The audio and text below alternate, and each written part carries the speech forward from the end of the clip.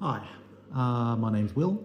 I'm a hobbyist in Melbourne, and I'm just going to be showing you what I'm doing with my tanks today. A few years ago, I was living in Tasmania, and I had to move to back to Melbourne because my partner had a job here, and her job is a very good job. So obviously I moved here too. And one of the great things about this job, well, being in Melbourne, is that we're allowed to keep shrimp, whereas back when I was in Tasmania, that's just strictly not allowed to be imported sort of thing. Yeah, these are the shrimp that I got, some cherry shrimp, and basically I just chuck these in my planted tank. And I don't really feed them because they've got plenty of algae. As you can see, there's a lot of blackbeard algae there. I've got to take care of that in a future video. But anyway, all of my aquatic plants that I was growing and selling in Tasmania, I brought them with me. And I chucked them in this tank. It's a big 4 foot. I didn't put any substrate in the bottom.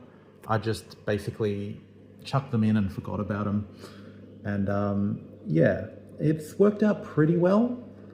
But yeah, there's a layer of sludge at the bottom that I want to clear out. I think there's a lot of shrimp. They've bred up in number. So as you can see, I'm not starving them. They just kind of live off the gunk that grows on top of plants. And yeah, it's stayed this way for about 3 years. So what I'm going to be doing is I'm going to be going through this tank, pulling out the Anubias, the Bucephalandra, all of the plants, and I'm going to put in some substrate. And that's been actually pretty interesting because substrate has always been cheap here in Melbourne. We seem to be going through a bit of a drought when it comes to gravel and aquarium substrate, and prices have gone up. I like this substrate. I think it's the Aqua Naturals range by Pisces. But yeah, it's hard to get right now, especially in the type that I like, which is the black diamond substrate. A lot of people hate it because loaches and such don't like it, and it's quite sharp substrate. But anyway, I couldn't find any of that, so I bought this Black Galaxy. And what I like about these Aqua Natural range is it's triple washed. So when it comes to substrate, I don't want to be I don't want to spend a day washing substrate. I want it to be washed already. So that's why I went for this brand, because I know it's triple washed, and yeah, I know it's black in color, which should look good with the red shrimp. It's inert, so it won't mess with the water quality too much. And yeah, so that's what I'll be doing today. I'm going to go on time lapse. I'm going to join these videos together so you can see. Now here's the before, and I'll show you the after as soon as I edit these videos together. But yeah, for now, thanks for watching. All right, here we are. Yeah, as we expected, it's a pretty clear result with the triple wash sand. Yeah, it was actually a bit humbling to realize that over the last few years, the Anubias has grown quite a bit. Even the weird variegated forms. But yeah, even without CO2, for a long chunk of that, it certainly does move a lot better with CO2. And I really should have been a bit less lazy with keeping the CO2 up to them. But yeah, I've wrangled some shrimp, and I'll be releasing them back in. I've taken a photo already so I can count how many are there. Let's see how they go. I've already acclimated to the water. A bit of coral moss in there. basically anything that I'm a bit lazy to tie up, I just let it float and I can tie it down to a rock over the next few days. Yeah, so those shrimp dissipated very fast, but they're in there. I'm actually thinking about getting them some friends in the form of dwarfosporas, which allegedly only eat baby shrimp and eggs, not the adult shrimp because they're so small. But yeah, pretty happy with that result.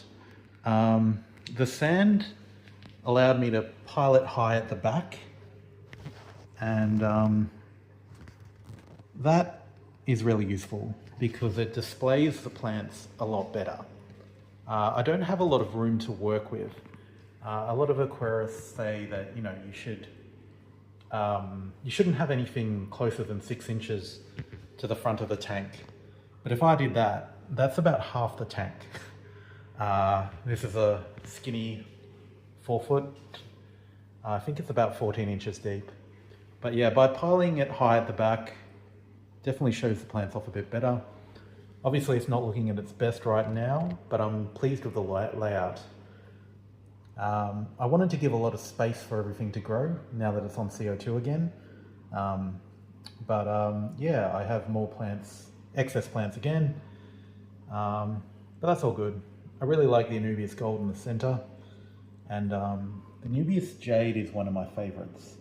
I want to get as much of that as possible. The Nana Petite, Anubias Nana Petite, it's going to take a while to orient itself, I think. All the leaves are in sort of any which direction, but after a while they should start to sort of turn towards the light, hopefully.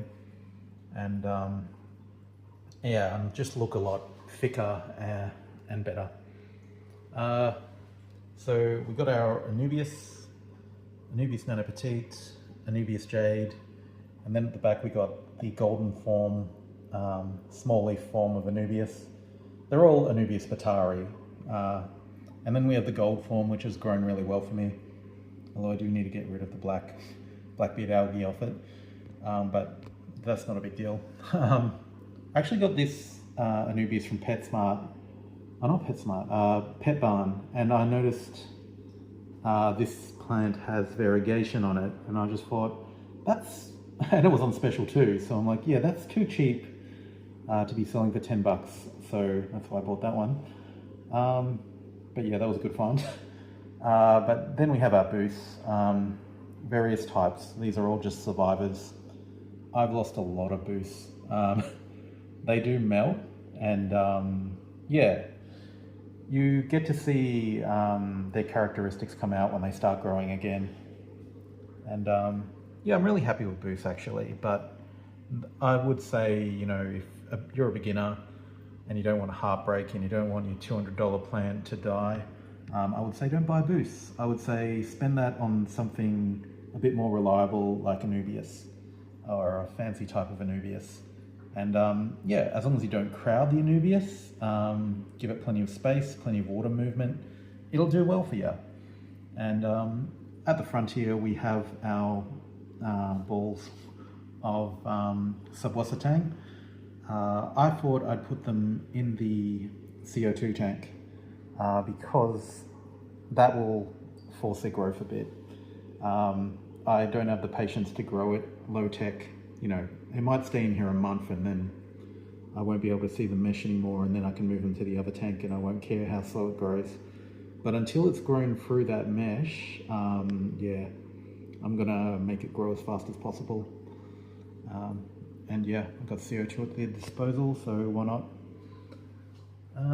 Yeah, so as I said, this will look better over time, but I'm pretty happy with it even now. Yeah, the triple wash sand, as long as you're not stirring up the sand and you do reasonable things like cover it with a plastic bag or something as you fill it, you shouldn't need to wash the sand. I'm just getting a shrimp there. But yeah, I think I will stock some dwarfosporas in here because it has basically no fish load. And yeah, I'd like to see it. I'd like to see something other than shrimp. Right now it's a bit of a Where's Wally tank where you kind of go looking for shrimp, and it's kind of like a miracle when you find, you know, 3 or 4 of them together. But yeah, otherwise everything's good. Still haven't cleaned up this tank, but I will. I'll get there. Yeah, this is ticking along. Yeah, you've seen all of these. Had a few spare Nubius nanopetites, so I chucked it in this tank. And yeah, I love these fish. You really can't go past Medacas. They're just a fun fish. Anyway, until next time, see you later. Thank you.